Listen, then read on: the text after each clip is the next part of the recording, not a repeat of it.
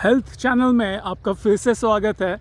मैं बरसात के दिनों में यहाँ पे आया हूँ देहाती इलाके में, लेकिन यहाँ पे बिल्कुल ये गलत समय है आने के लिए, क्योंकि यहाँ पे एक तो रास्ते सारे बंद हो गए हैं, मुंह करने की जगह नहीं है, और ऊपर से यहाँ पे काफ़ी सारे इस टाइम पे सांप भी बहुत बाहर आ जाते हैं, तरह तरह के जीव जंतु बाहर आ जाते हैं।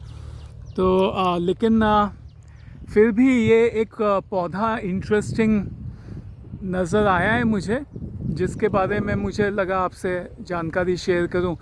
ये अगर आप देखें इसे ध्यान से तो ये कचनार जैसा दिखता है, इसके पत्ते दिखते हैं कचनार जैसे, लेकिन ये एक्चुअली कचनार नहीं है। काफ़ी सारे लोगों को आपको पता होगा कि ये क्या है। इसे गुजराती में असत्री कहते हैं,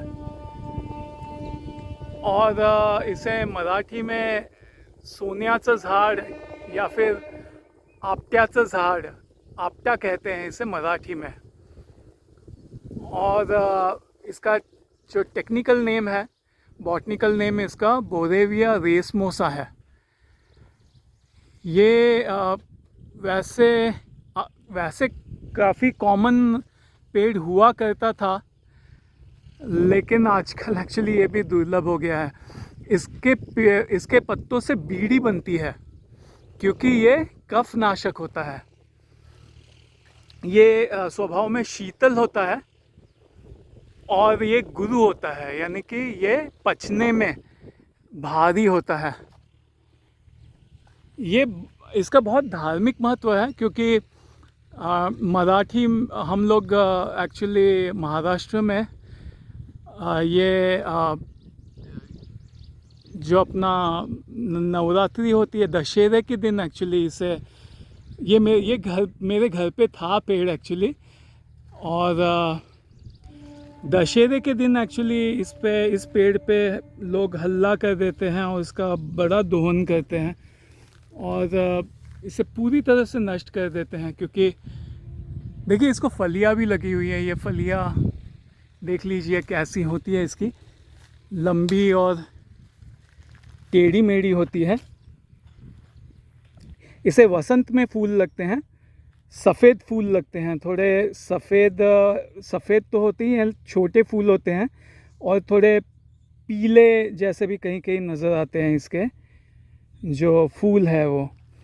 अभी ऑब्वियसली जुलाई है, क्योंकि ये वसंत में फ्लावरिंग इसका होता है, इसलिए अभी जुलाई में इसको फलियां लगी है, और अगस्त सितंबर के आसपास इसकी फलियां पक जाएंगी और काली हो जाएंगी, और इसमें से बीज निकलेंगे।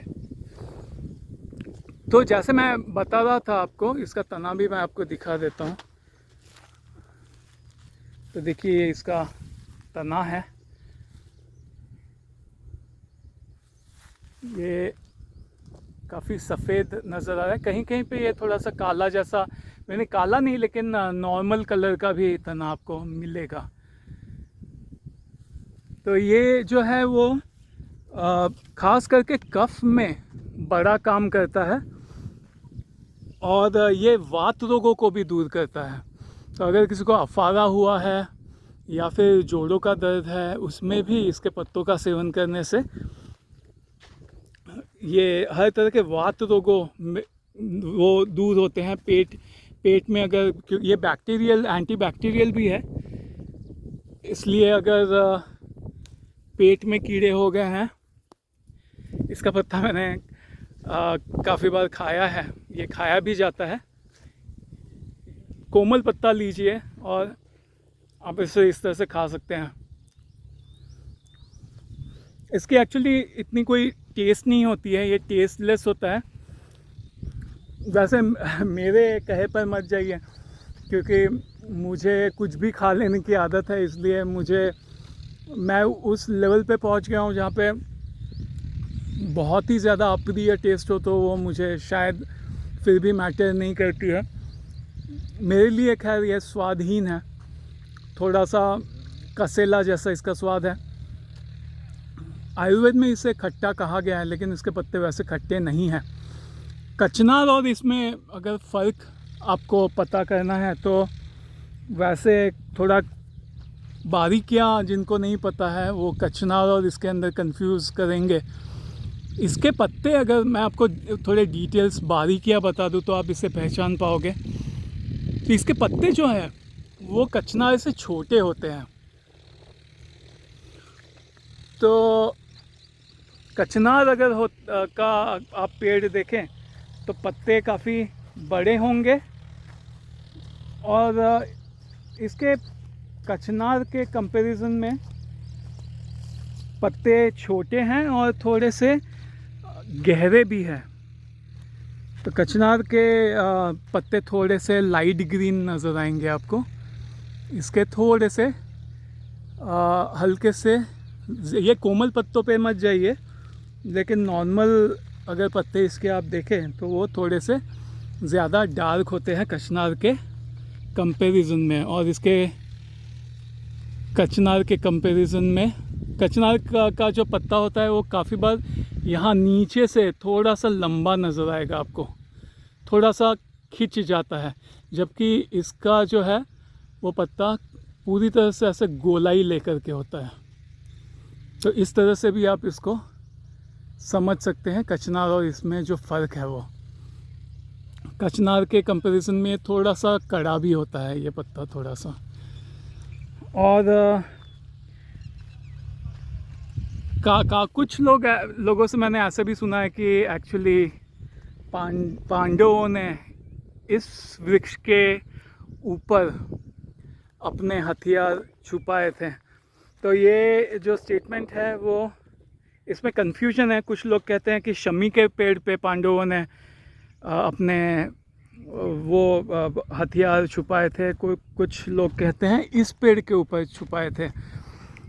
मेरा वोट एक्चुअली इस पेड़ को जाता है, क्योंकि इस पेड़ की जो आप ये देखेंगे जिस तरह से ब्रांचेस होते हैं, इस पेड़ पे चढ़ा जा सकता है, इसको काटे नहीं होते हैं और इसको बहुत सारे ब्रांचेस निकलते हैं।